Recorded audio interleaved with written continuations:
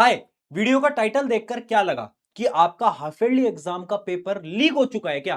तो सुनो मेरी बात। पेपर तो लीक नहीं हुआ है, लेकिन आज मैं आपको साइंस, मैथ, एसएसटी के हर एक चैप्टर के वो कुछ इंपॉर्टेंट टॉपिक्स बताऊंगा, जिन टॉपिक्स को अगर आप पढ़ के चले गए ना, तो 110% आपके हाफ ईयरली के अंदर आप बहुत अच्छा स्कोर लेकर आओगे। ये वो टॉपिक्स है ना जिनसे कि हर साल क्लास 9th और क्लास 10th के हाफ ईयरली एग्जाम का पेपर बनता है। एक एक करके मैं बताऊंगा सब्जेक्ट वाइज, और उसके बाद मैं सब्जेक्ट की स्ट्रैटेजीज भी बताऊंगा। तो सबसे पहले हम स्टार्ट करते हैं साइंस के साथ। साइंस तो मैं तुम्हें खुद पढ़ाता हूं, इसलिए मैं इसको एकदम डिटेल में तुम्हें समझा सकता हूं। सबसे पहले हम बात करते हैं क्लास 10th के साइंस के इंपॉर्टेंट टॉपिक्स की। अब सुनो मेरी बात। जितने भी क्लास 9th वाले स्टूडेंट्स हैं ना, पहले मैं 10th के साइंस के टॉपिक्स बताऊंगा, फिर मैं 9th के साइंस के टॉपिक्स बताऊंगा। और जब मैं 9th के साइंस के टॉपिक्स बताऊंगा ना, तो जो अभी 10th में है वो मुझे कमेंट में जरूर बताना, क्या तुम्हारे 9th के जब हाफ ईयरली एग्जाम हुए थे, तो क्या ये टॉपिक्स जो मैं बता रहा हूं वो तुम्हारे पेपर में आए थे या नहीं आए थे। मुझे बहुत ऑनेस्टली बताना, जिससे कि जो जूनियर्स हैं वो भी देख पाए और उनको भी पता चल पाए कि हाँ, प्रशांत भैया अगर कुछ तुम्हारे लिए लेकर आए हैं ना, तो उस चीज की बहुत वैल्यू है। तो चलो स्टार्ट करते हैं। साइंस की 10th की मैं सबसे पहले बात कर रहा हूं। पहला chapter chemical reaction and equation. इसके कुछ ऐसे इंपॉर्टेंट टॉपिक जिनसे सवाल आने ही आने हैं, तो अगर आपने कुछ नहीं पढ़ा है ना, तो ये टॉपिक्स पढ़ जाना। लिखे हुए हैं बैलेंसिंग केमिकल इक्वेशन, और स्पेशली इस पे एमसीक्यू क्वेश्चन आ सकता है। आप किसी भी अपने सीनियर से पूछना, वो आपको बता देगा कि हाँ, इस पे क्वेश्चन आया ही आया था हाफ ईयरली के अंदर। टाइप ऑफ रिएक्शन में से सबसे स्पेशल डीकंपोजिशन और डिस्प्लेसमेंट, इनकी रिएक्शन पढ़ के जाना, क्वेश्चन आएगा। रिडॉक्स जो टॉपिक है उसमें ऑक्सीडाइजिंग एजेंट और रिड्यूसिंग एजेंट, इनसे सवाल आना ही आना है, पढ़ के जाना। अगले चैप्टर की बात करते हैं एसिड बेस एंड सॉल्ट के बारे में। इसमें इंडिकेटर पीएच इन डेली लाइफ से एमसीक्यू आएगा, पढ़ के जाना।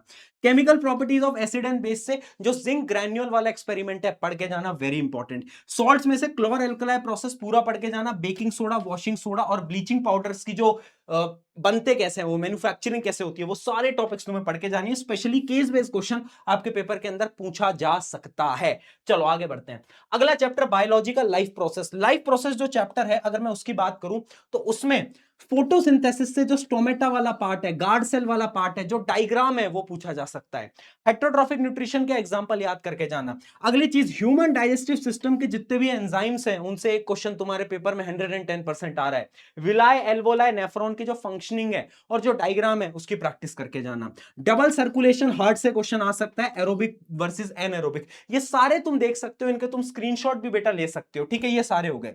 कंट्रोल कोऑर्डिनेशन के भी ये सारे के सारे लिखे हुए हैं। Reflex arc, reflex action, hormone, gland, neuron structure, आप देख सकते हो, है ना। अगर कोई क्लास 11th का बच्चा इस वीडियो को देख रहा है, तो आप कमेंट करके बता देना अपने जूनियर्स को कि क्या तुम्हारे हाफ ईयरली एग्जाम में इससे क्वेश्चंस आए थे या नहीं आए थे। ऑनेस्टली करना, मुझे पता है 110% आए होंगे। ये रहे कंट्रोल कोऑर्डिनेशन। अब बात करूं फिजिक्स की, तो फिजिक्स में बड़े ध्यान से देखना। लाइट, रिफ्लेक्शन एंड रिफ्रैक्शन जो आपका चैप्टर है, रे डायग्राम बहुत इंपॉर्टेंट है। न्यूमेरिकल आने ही आने, मिरर फॉर्मूला और लेंस फॉर्मूला पे, तो वो आपको पढ़ के ही जाने हैं। स्पेशली लेंस फॉर्मूला पे कॉन्वेक्स लेंस के जो क्वेश्चंस हैं, वो एक क्वेश्चन, बड़ा क्वेश्चन आपके पेपर में आएगा ही आएगा।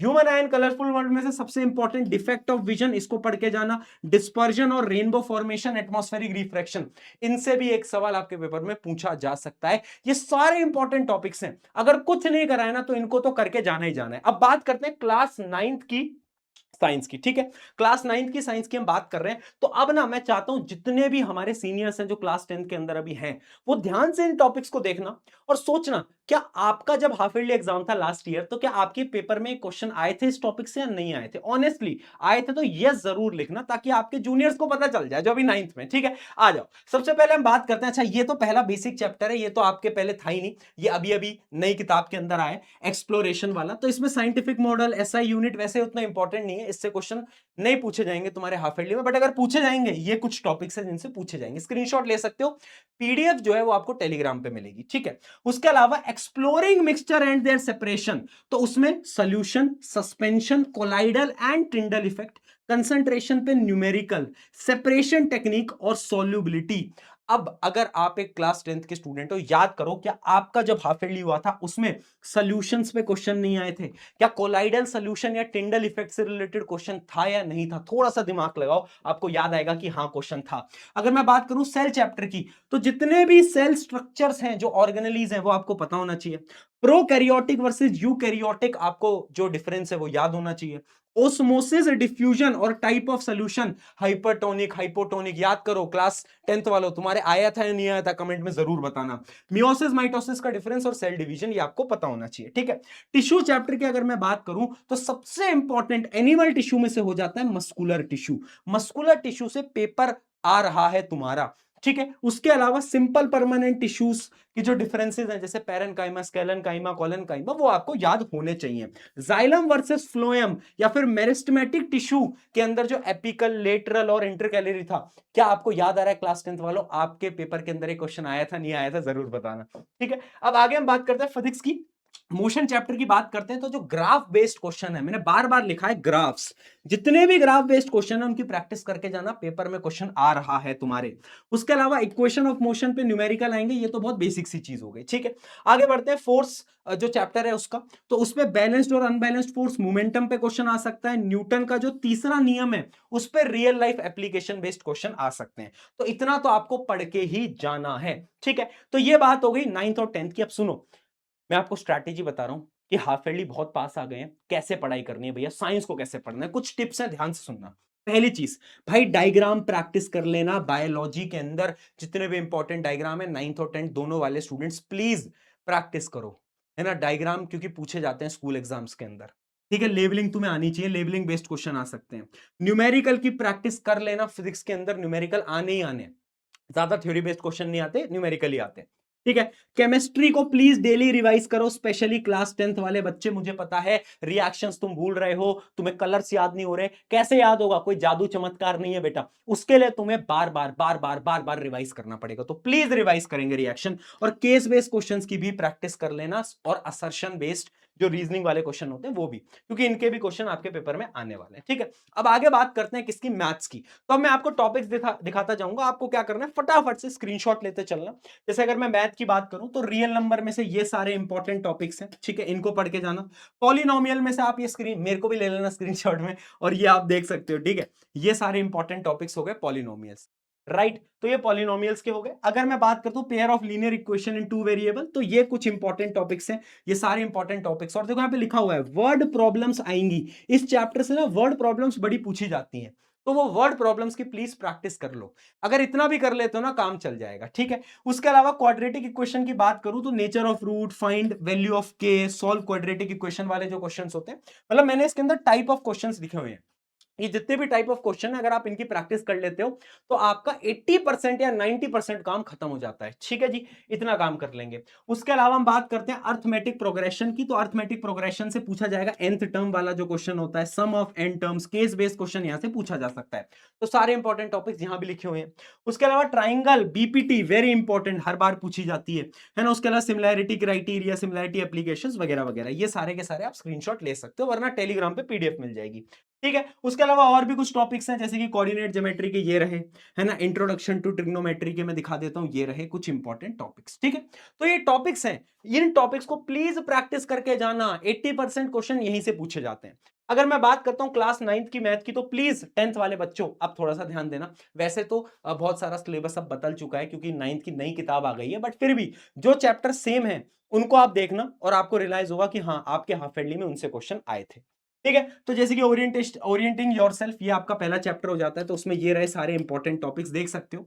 उसके अलावा आता है इंट्रोडक्शन टू लीनियर पॉलिनोमियल्स, तो उसमें ये कुछ इंपॉर्टेंट टॉपिक्स हैं। इस टाइप के क्वेश्चंस को प्रैक्टिस करके जाना, जैसे मैंने लिखा हुआ है कि लीनियर इक्वेशन वर्ड प्रॉब्लम, इसको सॉल्व करना, इसकी प्रैक्टिस करना, पेपर में क्वेश्चन आ सकता है, ठीक है। आगे बढ़ते हैं, बात करते हैं द वर्ल्ड ऑफ नंबर्स। तो वर्ल्ड ऑफ नंबर में से ये कुछ इंपॉर्टेंट टाइप ऑफ क्वेश्चंस हैं, इनकी आपको प्रैक्टिस करनी है, ठीक है। एक्सप्लोरिंग एल्जेब्रिक आइडेंटिटीज में से ये कुछ टाइप ऑफ क्वेश्चंस हैं, ये आपको प्रैक्टिस करके ही जाने हैं, ठीक है। स्क्रीनशॉट लेते चल सकते हो फटाफट से। आगे बढ़ते हैं हम, मैथ्स के और कुछ ये टॉपिक्स हैं, इनके भी सबके स्क्रीनशॉट ले लो। आई होप आपने सबके स्क्रीनशॉट ले लिए होंगे, है ना। ये कुछ और टॉपिक्स आ गए मैथ्स के जो कि आपके हाफ ईयरली में आ रहे हैं, इनके भी स्क्रीनशॉट ले लो, बहुत बढ़िया, ठीक है। अब बात करते हैं मैथ्स भैया स्ट्रैटेजी क्या है वो बताओ। तो मैथ्स की स्ट्रैटेजी की मैं बात करता हूं, सिंपल सी, पहला rule number 1, solve NCERT important question. Please बेटा जितने भी इंपॉर्टेंट क्वेश्चन एनसीईआरटी के वो सॉल्व करो, उसके बिना कुछ नहीं हो पाएगा अगर तुम सॉल्व नहीं कर रहे हो, क्योंकि बहुत सारे क्वेश्चन इस बार, स्पेशली अगर तुम 9th के स्टूडेंट हो, एनसीईआरटी के क्वेश्चन हाफ ईयरली में आएंगे ही आएंगे, है ना। तो इसलिए एनसीईआरटी फर्स्ट रूल है। दूसरा, don't just read solution, practice them. बच्चे क्या करते हैं ना, मैंने देखा ये करते हुए, क्वेश्चन देखेंगे, नहीं आया, डायरेक्ट सोल्यूशन देखेंगे। अरे जब क्वेश्चन देख रहे हो थोड़ी मेहनत करो, थोड़ी प्रैक्टिस करो, और जब ना हो पाए उसके बाद सोल्यूशन पे जाना। ऐसा नहीं कि फटाफट से सोल्यूशन खोल लिया, ये बेकार तरीका है, इस तरीके को मत लगाना। क्या करना है, पहले एक बार सोचो, 5 मिनट लगाओ क्वेश्चन पे कि अच्छा कैसे कर सकते हैं, क्या कर सकते हैं, थोड़ा दिमाग लगाना पड़ेगा। ठीक है, रिवाइज फॉर्मूला थ्योरम्स डेली, जितने भी थ्योरम्स है उनको थोड़ा रिवाइज करना पड़ेगा। Focus on steps and proper working, steps के मार्क्स होते हैं, तो इसलिए स्टेप्स और प्रॉपर तरीके से लिखते कैसे हैं। अब मैथ्स में बच्चे ना आंसर तो बहुत आसानी से निकाल लेते हैं, लेकिन उनको लिखने का तरीका नहीं आता, तो लिखने का तरीका जानो कि कैसे स्टेप बाय स्टेप आंसर को लिखना होता है, क्योंकि ना मार्क्स आपकी प्रेजेंटेशन के भी होते हैं। अब बात करते हैं एसएसटी की, तो सबसे पहले हम 10th की एसएसटी पे आते हैं। हिस्ट्री का chapter, rise of nationalism in Europe, ये कुछ इंपॉर्टेंट टॉपिक्स हैं, इनको प्लीज पढ़ के जाना, है ना, इनसे क्वेश्चन आ सकते हैं। नेशनलिज्म इन इंडिया, ये रहे सारे इंपॉर्टेंट टॉपिक्स, इनको पढ़ के जाना। ठीक है, आगे हम बात करते हैं ज्योग्राफी की, तो ज्योग्राफी में से कुछ ये इंपॉर्टेंट टॉपिक्स हो गए रिसोर्सेज वाले चैप्टर से, और फॉरेस्ट वाले चैप्टर से ये कुछ इंपॉर्टेंट टॉपिक्स हो गए। ठीक है, बहुत बढ़िया।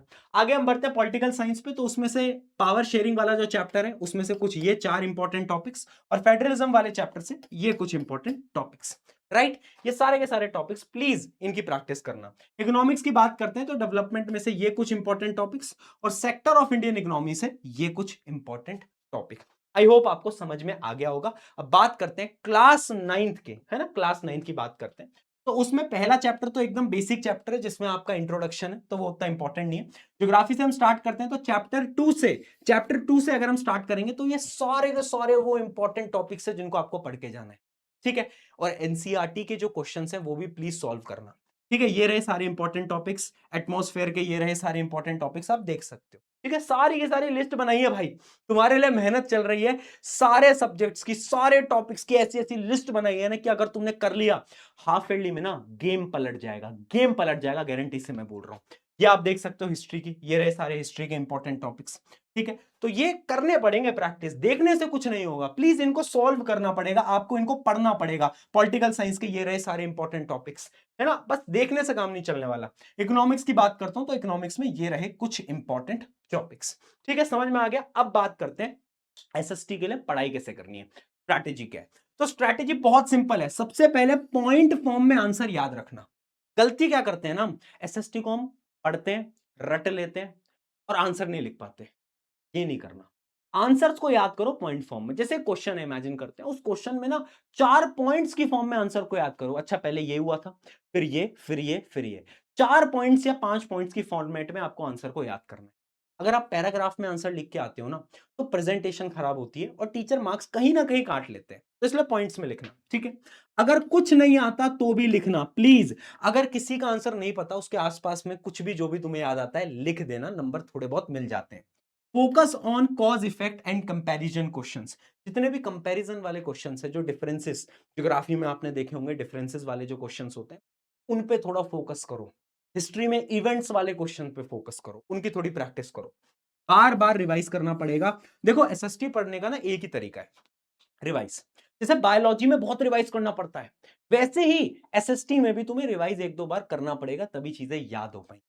तो ये स्ट्रैटेजी है किसकी, एसएसटी पढ़ने की। मैंने तुम्हें साइंस की बता दी, मैथ की बता दिया, एसएसटी के लिए भी बता दिया। ठीक है, ये 3 इंपॉर्टेंट सब्जेक्ट हैं, इंपॉर्टेंट टॉपिक्स भी बता दिया। अब सुनो मेरी बात, अगर आप एक वो स्टूडेंट हो जिसका सिलेबस पूरा कंप्लीट है, तो एक बार ना चेक कर लेना कि आपने ये सारे टॉपिक्स पढ़ाई करे हैं, और अगर नहीं पढ़ा तो पढ़ लेना। और अगर आप वो बच्चे हो जिसने अभी तक पढ़ना भी स्टार्ट नहीं करा है, तो कुछ मत करना, ये जितने मैंने टॉपिक्स बताए हैं इनको पढ़ जाना, इनके क्वेश्चन प्रैक्टिस कर लेना, काम बन जाए। ठीक है, आई होप इस वीडियो से हर एक बच्चे की मदद हो पाई होगी, और ये पूरा बनाने में थोड़ी मेहनत लगती है, थोड़ी एफर्ट लगता है। अगर सही लगा तो अपने फ्रेंड्स के साथ भी शेयर कर देना, और मुझे कमेंट्स में भी बताना, है ना। और अगर आप 10th के स्टूडेंट हो तो बताना क्या 9th में आपके इन टॉपिक से क्वेश्चन आते थे या नहीं आते। थैंक यू एवरीवन, मेरा नाम है प्रशांत, मिलते हैं नेक्स्ट वीडियो के अंदर, टेक केयर।